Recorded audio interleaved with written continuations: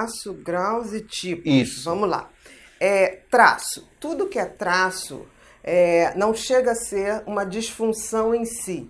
Tem pequenos sintomas, mas não fecham um diagnóstico. Então, você pode ter traço de qualquer transtorno do comportamento, tá? Vamos relembrar o que é o borderline. O borderline é um transtorno de personalidade, ou seja, uma maneira de ser caracterizada por muita instabilidade de humor, né? Essa pessoa flutua muito o humor, por muita hipersensibilidade, uma autoestima muito ruim. Então, essa pessoa tem uma autopercepção muito negativa de si própria, um padrão de relacionamentos interpessoais muito conflituosos, que tende ao conflito, né? E também uma característica que são pessoas que têm uma tendência a se autodetonar, né? A se autossabotar, ou se autodestruir, digamos assim, seja por impulsividades, comportamentos impulsivos, ataques de fúria. Então, são pessoas que têm uma dificuldade muito grande. Mas todas as dificuldades do border estão exatamente no seu funcionamento básico. Ele é quase 100% emoção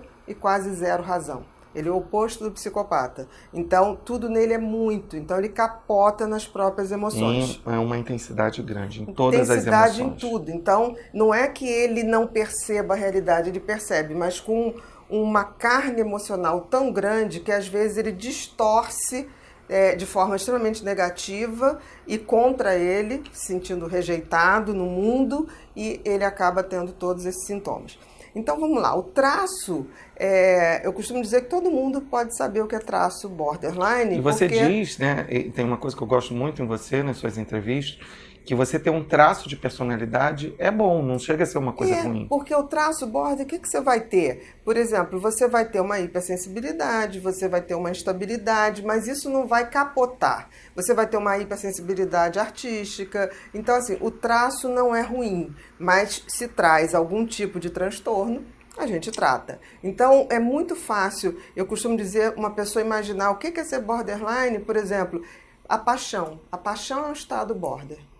Digamos assim, é a hora ali que você pode, tipo assim, gente, agora eu entendo o que um amigo ou uma amiga com border sente. Por quê? Na paixão você quer o tempo todo ver a pessoa, se a pessoa não fala com você, você fica mal, você fica triste achando que acabou, achando que é o fim do mundo.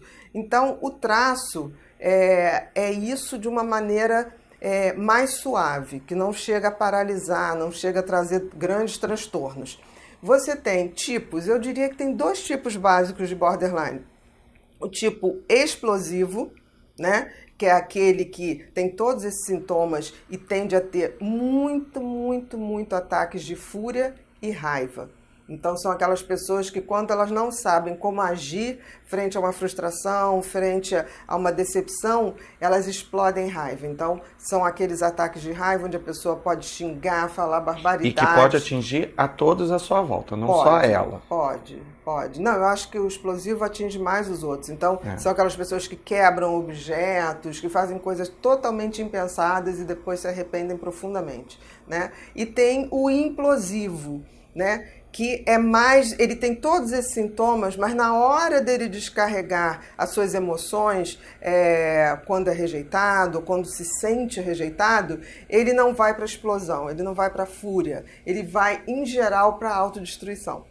Então ele é autodestrutivo. Exatamente. Ele não vai à sociedade, digamos, ele não vai às pessoas à sua volta. Pode ir, mas a tendência dele é muito mais automutilação, se cortar, se drogar, se autoflagelar, digamos assim. Então, esses 2 tipos, eu diria que são os tipos básicos. E que foi o outro? E os graus, Bia? Os graus depende, né? Como tudo em transtorno de comportamento, você tem os leves, moderados e graves. O traço a gente já falou. O leve são pessoas que conseguem ter uma autopercepção muito boa de que são assim, procuram tratamento. Se controlar, tenta buscar. Tem muita consciência.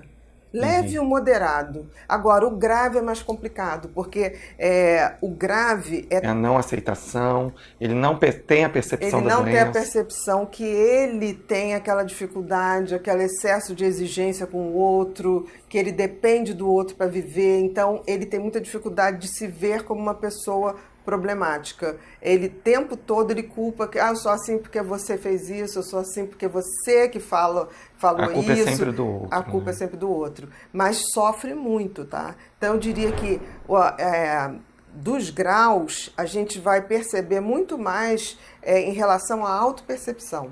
Quanto mais grave, menos insight, menos essa capacidade de ver. E essa capacidade de se auto-ver e tentar melhorar é fundamental para o tratamento do borderline. É fundamental. Bia, muito obrigado.